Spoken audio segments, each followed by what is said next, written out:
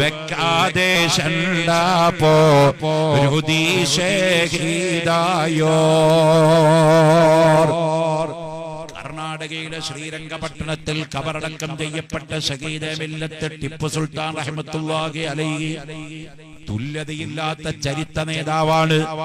ഞാൻ എപ്പോഴും അദ്ദേഹത്തിന്റെ ചരിത്രം എന്ന് പറയുന്ന ആളാണ്. കാരണം മക്കളെ, ഭാരതത്തിന്റെ സ്വാതന്ത്ര്യ സമരത്തിന് വേണ്ടി മുന്നിട്ടിറങ്ങിയ സ്വാതന്ത്ര്യ സമര സേനാനികളിൽ ഇംഗ്ലീഷുകാരുമായിട്ട് ഒരിക്കൽ പോലും സന്ധി ചെയ്യാതെ, മരണം വരെ സന്ധി ചെയ്യാതെ ഇംഗ്ലീഷുകാരെ വെല്ലുവിളിച്ച ആളാണ് മൈസൂർ സിംഹം എന്നറിയപ്പെടുന്ന ഷഹീദെ മില്ലത്ത് ടിപ്പു സുൽത്താൻ. ഭാരതം കണ്ട ഏറ്റവും വലിയ സ്വാതന്ത്ര്യ സമര സേനാനി, ഔലിയാക്കളുടെ മുഹിബ്ബ്, എല്ലാ മഖബറയും സംരക്ഷിക്കുന്ന ആള്, എല്ലാ അമ്പലങ്ങൾക്കും ഗ്രാന്റ് കൊടുത്ത ആള്, എല്ലാ പള്ളിയും സംരക്ഷിച്ച ആള്. പക്ഷേ ബ്രിട്ടീഷുകാർ ഈ നാട്ടിൽ നിന്ന് പോണേന്റെ ഉള്ളില് കള്ളച്ചരിത്രം എഴുതി വെച്ചിട്ട് പറഞ്ഞു ടിപ്പു അമ്പലം പൊളിയലാണ്, ടിപ്പു 10,000 ചില്ലാനം ബ്രാഹ്മണന്മാരെ ചുട്ടുകൊന്നവനാണ് ടിപ്പു എന്ന് കള്ളച്ചരിത്രം ടിപ്പു സുൽത്താനെ പറ്റി എഴുതി വെച്ചു. യഥാർത്ഥ ചരിത്രം എന്താ? ടിപ്പു സുൽത്താൻ ഏതെങ്കിലും അമ്പലം പൊളിച്ചിട്ടുണ്ടോ? ടിപ്പു സുൽത്താൻ റോഡ് എന്ന് പറഞ്ഞു റോഡ് ചാവക്കാട്ട് നിന്ന് ഗുരുവായൂരിലേക്ക് പോകുന്ന റോഡിന്റെ പേര് ടിപ്പു സുൽത്താൻ റോഡ്. NH17 ടിപ്പു സുൽത്താൻ റോഡാണ്. Chavakkad to Ponnani Guruvayur road. എന്താണ് ആ റോഡിന് ടിപ്പു സുൽത്താൻ റോഡ് എന്ന് പേര് വരാനുള്ള കാരണം? ആ റോഡിലൂടെ ടിപ്പു സുൽത്താൻ യാത്ര ചെയ്തിട്ടുണ്ട്. അവിടെയുള്ള മഖ്ബറകൾ സംരക്ഷിച്ചു, അവിടെയുള്ള പള്ളികൾ പണിതു. ഏതെങ്കിലും ഒരു അമ്പലം പൊളിച്ചില്ല എന്ന് മാത്രമല്ല, ഇന്ത്യയിലെ പേര് കേട്ട 3 അമ്പലങ്ങളിൽ ഒരു അമ്പലമാണ് ഗുരുവായൂർ അമ്പലം. 1 ശബരിമലയാണ്, 2 തിരുപ്പതിയാണ്, 3 ഗുരുവായൂർ അമ്പലം. ആ ഗുരുവായൂർ അമ്പലത്തിന് ആ 100 ഏക്കർ ഭൂമി ചാവക്കാട്ടുകാരനായ അഹമ്മദാജിയുടെ കയ്യിൽ നിന്ന് വാങ്ങിച്ചിട്ട് അമ്പലത്തിന് തീരെഴുതി കൊടുത്ത ഭരണാധികാരിയാണ് ഷഹീദെ മില്ലത്ത് ടിപ്പു സുൽത്താൻ. അത് സിദ്ധരാമയ്യക്കറിയാം. അദ്ദേഹം ചിന്തിച്ചു, ഇത്രയും നല്ലൊരു ഭരണാധികാരി.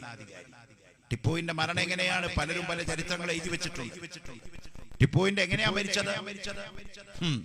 ഗാന്ധിജി എങ്ങനെയാ മരിച്ചത്? ഗാന്ധിജിയെ മോശക്കാരനാക്കിയല്ല. നാഥുറാം വിനായക് ഗോഡ്സെ എന്ന് പറയുന്ന RSSകാരന്റെ വെടിയേറ്റുകൊണ്ടാണ് ഡൽഹിയിലെ ബിർള മന്ദിരത്തിന്റെ ഉമ്മറത്ത് ഗാന്ധിജി മരിച്ചത്. ശ്രീരാം ശ്രീരാം ശ്രീരാം, രാമന്റെ പേര് ഉച്ചരിച്ചിട്ടാണ് ഗാന്ധിജി മരിച്ചത്. ഇന്ദിരാഗാന്ധി എങ്ങനെയാ മരിച്ചത്? ബിയാന്ത് സിംഗിന്റെ തോക്കിന്റെ വെടിയുണ്ട ഏറ്റിട്ടാണ് ഡൽഹിയിലെ നമ്പർ 1 സഫ്ദർജംഗ് റോഡിൽ വെച്ച് ഇന്ദിരാഗാന്ധി ബിയാന്ത് സിംഗിന്റെ വെടിയേറ്റുകൊണ്ടാണ് മരിച്ചത്. രാജീവ് ഗാന്ധി എങ്ങനെയാ മരിച്ചത്? LTTE എന്ന് പറയുന്ന തമിഴ് പുലികളുടെ ബെൽറ്റ് ബോംബ്, ജാനുവിന്റെയും കൂട്ടരുടെയും ബെൽറ്റ് ബോംബ് പൊട്ടിത്തെറിച്ചതിന്റെ ഫലമായിട്ടാണ് രാജീവ് ഗാന്ധി മരിച്ചത്. അവർക്കൊക്കെ മരിക്കാൻ ഷഹീദാണ്, രക്തസാക്ഷിയാണ്. പക്ഷേ ടിപ്പു സുൽത്താൻ നമ്മൾ അറിയണത് എങ്ങനെ? ഷഹീദെ മില്ലത്ത് ടിപ്പു സുൽത്താൻ റഹ്മത്തുള്ളാഹി അലൈഹി. എങ്ങനെയാ മരിച്ചത് മോനെ ടിപ്പു സുൽത്താൻ? ടിപ്പു സുൽത്താനെ നേർക്ക് നേരെ യുദ്ധം ചെയ്ത് കൊല്ലാൻ ഒരു ഇംഗ്ലീഷുകാരന് ഉമ്മ അവനെ പ്രസവിച്ചിട്ടില്ല.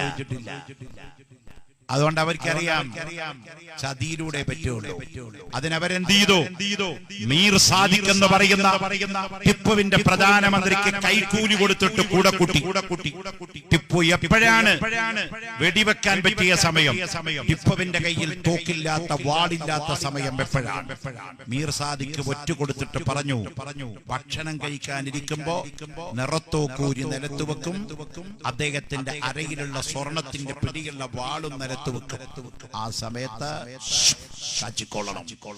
മൈസൂർ കോട്ടയുടെ അകത്ത് വെച്ച് ഭക്ഷണം കഴിക്കാനിരിക്കുന്ന ടിപ്പു സുൽത്താൻ റഹ്മത്തുള്ളാഹി അലൈഹി തങ്ങളുടെ ഇടത്തെ നെഞ്ചിലേക്ക് ഒരു ഇംഗ്ലീഷുകാരൻ മറഞ്ഞു നിന്നുകൊണ്ട് വെടിവെക്കുകയാണ്. ഇടത്തെ നെഞ്ചിൽ ബുള്ളറ്റ് തുളച്ചു കയറി രക്തം ചീറ്റി ഒഴുകുകയാണ്. അവിടുന്ന് എഴുന്നേറ്റു ഇടത്തെ കൈ കൊണ്ട് നെഞ്ച് അമർത്തി പിടിച്ചു. ചോര കൈകളുടെ ഇടയിലൂടെ ഇറ്റി വീഴുമ്പോ ടിപ്പു നെഞ്ച് ചിരിക്കുകയാണ്. മരിക്കുമ്പോ ചിരിക്കുന്ന നേതാവ് ടിപ്പു വിളിച്ചു പറഞ്ഞു, മിസ്റ്റർ പ്ലീസ് നിങ്ങൾ കടന്നു വരണം. എന്റെ മരണത്തിനൊരാഗ്രഹമുണ്ട്. എനിക്ക് മരിക്കണേന്റെ മുമ്പേ എന്നെ കൊല്ലുന്നവന് ഞാൻ കരുതി വെച്ച ഒരു കോംപ്ലിമെന്റ് സമ്മാനം എന്റെ സ്വർണത്തിന്റെ പിടിയുള്ള ഈ വാൾ നിനക്കാണ്. ഇപ്പൊ നിങ്ങൾ പത്രത്തിൽ വായിച്ചു കാണും, ഇംഗ്ലണ്ടിലെ ബ്രിട്ടീഷുകാരന്റെ കൊട്ടാരത്തില് ടിപ്പുവിന്റെ ഒരു പേന ഉണ്ടായിരുന്നു. ലേലം വിളിച്ചത് എത്ര കോടിക്കാന്നറിയോ? 30 കോടി റുപ്യക്കാ. മോനെ വിളിച്ച ഉറങ്ങണ കുട്ടി, 4 വല്ല കിസ് മത്സരം ഉണ്ടായാലും ചോദ്യം വരും, ടിപ്പുവിന്റെ പേന എത്ര റുപ്യക്കാ ലേലം വിളിച്ചു. അപ്പൊ പിന്നെ കിടന്നുറങ്ങാൻ പണിയില്ലാതെ നമ്മളെ വിളിക്കരുത്. ഇപ്പൊ പല മദ്രസയിലും കിസ് മത്സരം തുടങ്ങിയ പിന്നെ ഉസ്താദന്മാർക്ക് ഫോണാ. നാളെ രാത്രി 1 മണിക്ക് ഞാൻ ഉറങ്ങുമ്പോൾ ഒരു ഫോണ്, ഉള്ളൂർക്കര ഉസ്താദല്ലേ? അതെ. എന്ത് പുലിവാലാണോ വെച്ചിട്ട് രാത്രി 12 മണിക്ക് ചാടി കളിച്ചു ഒരു പെണ്ണിന്റെ ശബ്ദം കേൾക്കണം. പടച്ചോനെ, പാതിരാത്രി എന്താ പെണ്ണുങ്ങള്? ഞാൻ പറഞ്ഞു എന്റെ ഭാര്യയോട്, ഒരു പെണ്ണാട് വിളിക്കുന്ന രാത്രി എന്താ? അപ്പൊ പെണ്ണുങ്ങൾ പറഞ്ഞു, നിങ്ങളുടെ കമ്മീഷൻ വല്ലവരും രാവും പൗരും ചെയ്യാത്ത കേസല്ലേ, എപ്പോ വിളിച്ചാലും ഫോൺ എടുക്കണ്ടേ, ഗവൺമെന്റിന്റെ ആളല്ലേ, എടുത്തോളൂ എന്ന് പറഞ്ഞു.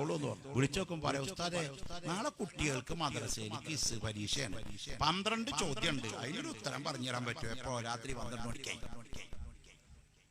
രാത്രി 12 മണിക്കാണ് അവളുടെ ഫോണ്. എന്ത് ഉസ്താദ് 12 മണിക്ക് നീച്ചിട്ട് ഈ കിസ് മത്സരത്തിന് മദ്രസയിൽ കൊടുത്ത പേപ്പറിന് ഞാൻ എന്ത് കുറ്റം ചെയ്തുവണാവോ? മദ്രസയിൽ കിസ് ഉണ്ടായ പിന്നെ വായു പറഞ്ഞ മൂല്യന്മാർക്ക് ഉറക്കല്ല. കാരണം അവരെവിടുന്നേരൊക്കെ വായിച്ച് തപ്പിത്തടഞ്ഞുണ്ടാക്കിയിട്ടുണ്ടാവും. എന്നാ പിന്നെ എന്തിനാ കിസ് നടത്തുന്നത്? എന്റെ കുട്ടിക്ക് ഞാനോട് പറഞ്ഞു കൊടുത്താ പോരെ? നിങ്ങളെക്കാട്ടിലൊക്കെ വലിയ സമ്മാനം എന്റെ കുട്ടി പറഞ്ഞു കൊടുക്കരുത്. വായിക്കണം, പഠിക്കണം, അന്വേഷിക്കണം. അതാണ് എക്സാം. ഞാൻ പറയുന്നത് ടിപ്പു സുൽത്താൻ റഹ്മത്തുള്ളാഹി അലൈഹി, ഇന്ത്യ കണ്ട ഏറ്റവും വലിയ സ്വാതന്ത്ര്യ സമര സേനാനി. അദ്ദേഹം ഇടത്തെ കൈ കൊണ്ട് നെഞ്ചു ചാടി പിടിച്ചിട്ട് പറഞ്ഞു, എന്റെ ആഗ്രഹമാണ് ഈ വാള് നിനക്കുള്ളതാണ്, കയറി വരൂ. വെള്ളക്കാരൻ ഒരു വേള ചിന്തിച്ചു, ഇംഗ്ലീഷുകാരൻ ചിന്തിച്ചു, ടിപ്പുവിന്റെ വാള് കൈ കിട്ടിയ ഇത് വെച്ചൊരു കളി കളിക്കാം. ടിപ്പുവിനെ കൊന്നത് ഞാനാണ്, ടിപ്പുവിന്റെ വാൾ എന്റെ കയ്യില്. വിലമതിക്കപ്പെടാത്ത കോടികളുടെ ബില്യൺ ഡോളറുകളുടെ ആസ്തിയായി അത് മാറും. അയാൾ മുന്നോട്ട് വന്നു. ടിപ്പു സുൽത്താൻ റഹ്മത്തുള്ളാഹി അലൈഹി കയ്യെത്തുന്ന ദൂരത്തെത്തിയപ്പോൾ തന്റെ സ്വർണത്തിന്റെ പിടിയുള്ള വാളയാളുടെ കയ്യിൽ വെച്ച് കൊടുക്കുന്ന രൂപേണ വെക്കുകയാണ്. പെട്ടെന്ന് ആ വാളങ്ങ് വലിച്ചിട്ട് അവന്റെ അടിപ്പള്ളക്കൊരൊറ്റ കുത്തങ്ങ് കുത്തുകയാണ്. അവന്റെ കൊടലങ്ങ് വലിച്ചെടുക്കുകയാണ്. തന്നെ വെട്ടിയ ഇംഗ്ലീഷുകാരന്റെ കഴുത്തങ്ങ് മുറിക്കുകയാണ്.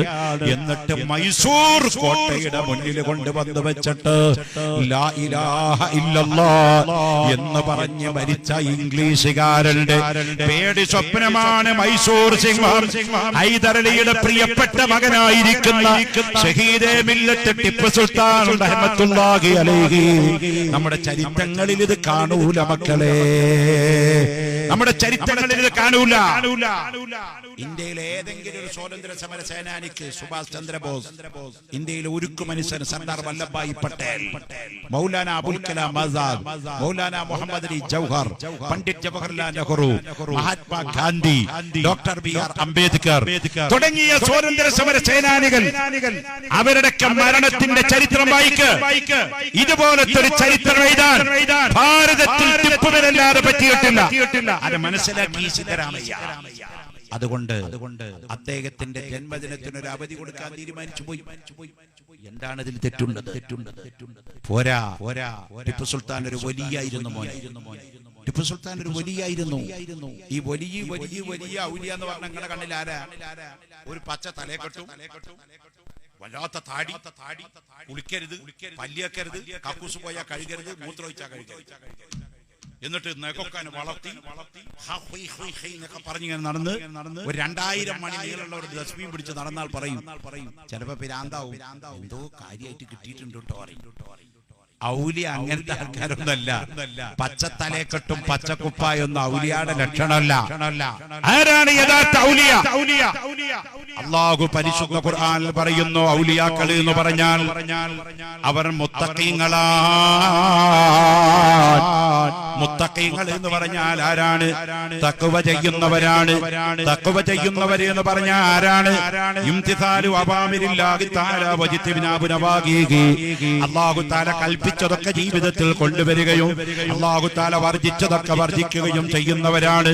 ടിപ്പു സുൽത്താൻ റഹ്മത്തുള്ളാഹി അലൈഹി തന്റെ ഉമ്മ മരിച്ചപ്പോൾ, ഹൈദർ അലിയുടെ ഭാര്യ മരിച്ചപ്പോൾ, ടിപ്പു സുൽത്താന്റെ ഉമ്മ മരിച്ചപ്പോൾ അന്ന് ടിപ്പുവിന്റെ പ്രായം 14 13 വയസ്സാണ്. മീശ മുളച്ചിട്ടില്ല. അമ്രതി എന്ന് അറബിയിൽ പറയുന്ന കൊച്ചുകുട്ടിയാണ്. ടിപ്പുവിന്റെ ഉമ്മ മരിച്ചു എന്ന് കേട്ടപ്പോൾ, ഹൈദർ അലിയുടെ ഭാര്യ മരിച്ചു എന്ന് കേട്ടപ്പോൾ കർണാടകയിൽ നിന്നും കേരളത്തിൽ നിന്നും തമിഴ്നാട്ടിൽ നിന്നും ഇന്ത്യയുടെ വിവിധ ഭാഗങ്ങളിൽ നിന്ന് ആലിമീങ്ങൾ വന്നു, പണ്ഡിതന്മാര് വന്നു, തങ്ങന്മാര് വന്നു, മൗലിയാമാര് വന്നു, യാസീനോദാൻ തുടങ്ങി, ഖത്തോദാൻ തുടങ്ങി. അങ്ങനെ ഉമ്മാടെ മയ്യത്ത് കുളിപ്പിച്ച് കഫൻ ചെയ്ത് മയ്യത്ത് കട്ടലിൽ കൊണ്ടുവന്നിട്ട് ജനാസ നിസ്കാരത്തിന് വെച്ചപ്പോ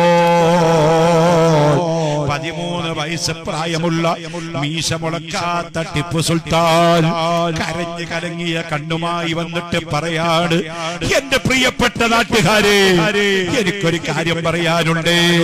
എന്റെ ഉമ്മാടെ മയ്യത്ത് നിസ്കാരത്തിന് ഇമാമ നിൽക്കാൻ യോഗ്യതയുള്ള ആരെങ്കിലും ഈ കൂട്ടത്തിലുണ്ടോ?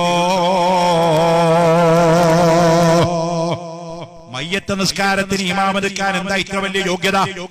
അതിന്റെ ശർത്തും പറഞ്ഞു അറിയുന്ന ആർക്കും നിൽക്കാമല്ലോ. മാത്രമല്ല, വാപ്പ മരിച്ചാൽ ആരാണ് നിസ്കരിക്കേണ്ടത്? മകനാണ്. മകൻ മരിച്ചാൽ ആരാണ് നിസ്കരിക്കേണ്ടത്? വാപ്പയാണ്. ഭാര്യ മരിച്ചാൽ ആരാണ് നിസ്കരിക്കേണ്ടത്? ഭർത്താവാണ്. ആ നിലക്ക് നോക്കുമ്പോൾ ടിപ്പു സുൽത്താന്റെ ഉമ്മയുടെ മയ്യത്ത് നിസ്കരിക്കേണ്ടത് ആരാണ്? ടിപ്പുവിന്റെ വാപ്പയാണ്, അല്ലെങ്കിൽ ടിപ്പു സുൽത്താനാണ്. പിന്നെന്തിനാ ഇങ്ങനെ ഒരു ചോദ്യം? അർഹതയുള്ള ആരെങ്കിലും ഉണ്ടോ? പണ്ഡിതന്മാര് പറഞ്ഞു, ടിപ്പു മോനെ, ആ ചോദ്യം ചോദിക്കല്ലേ. ഇവിടെ എത്ര ആലിമീങ്ങളായിരിക്കണമെന്ന് അറിയോ?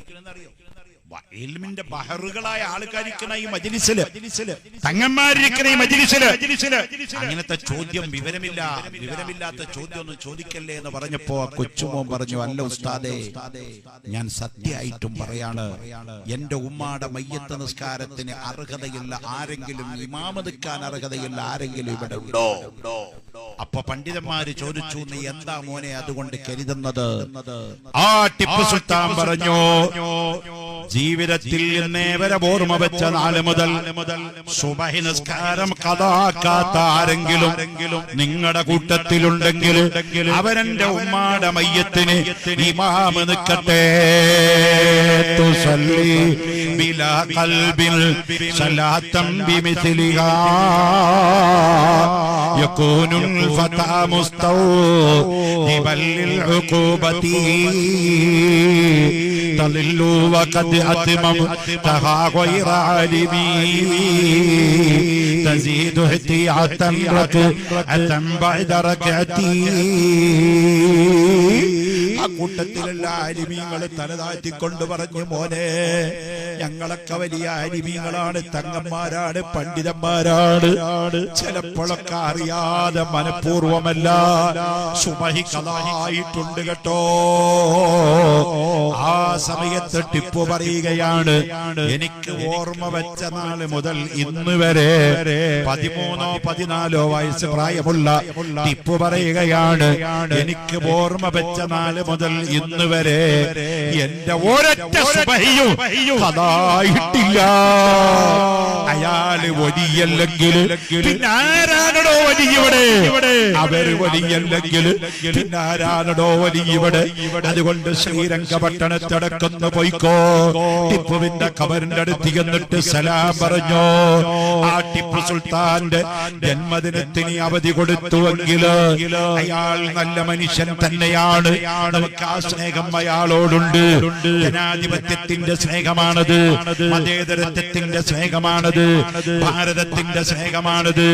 ഭാരതത്തിന്റെ തുല്യതയില്ലാത്ത സ്വാതന്ത്ര്യ സമര സേനാനിയാണ് മഹാനായ ടിപ്പു സുൽത്താൻ റഹ്മത്തുള്ളാഹി അലൈഹി. ഞാനൊന്ന് പരാമർശിച്ചു എന്ന് മാത്രമേ ഉള്ളൂ.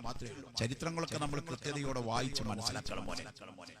ഇന്ന് ഇന്ത്യയില് ഈ വിപ്ലവങ്ങൾ മുഴുവൻ ഉണ്ടാകാനുള്ള കാരണം ചരിത്രത്തിൽ കള്ളക്കളി കളിച്ചതാണ്. ബാബരി മസ്ജിദിന്റെ പ്രശ്നം എന്തോ നമ്മുടെ നാട്ടിൽ പരിഹരിക്കാതെ കിടക്കുന്ന ഒരു പ്രശ്നമാണല്ലോ. 1992 ബാബരി മസ്ജിദ് പൊളിച്ചു കളഞ്ഞു. ആ 92 ബാബരി മസ്ജിദ് പൊളിച്ചതിന്റെ ശേഷമാണ് ഇന്ത്യയിൽ വർഗീയ കലാപങ്ങൾ തുടക്കം കുറിച്ചത്.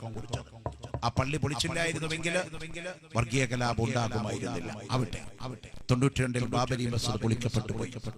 ബാബരി മസ്ജിദിന്റെ ചരിത്രം കള്ള ചരിത്രം എഴുതി വെച്ചതായി ഇവിടെ ആര്? ഇംഗ്ലീഷുകാർ. എന്തിന്? ഹിന്ദുക്കളെയും മുസ്ലിങ്ങളെയും തല്ലിപ്പിക്കാൻ. ഹിന്ദുക്കളും മുസ്ലിങ്ങളും ഒരിക്കലും യോജിക്കരുത്. അതിനുവേണ്ടി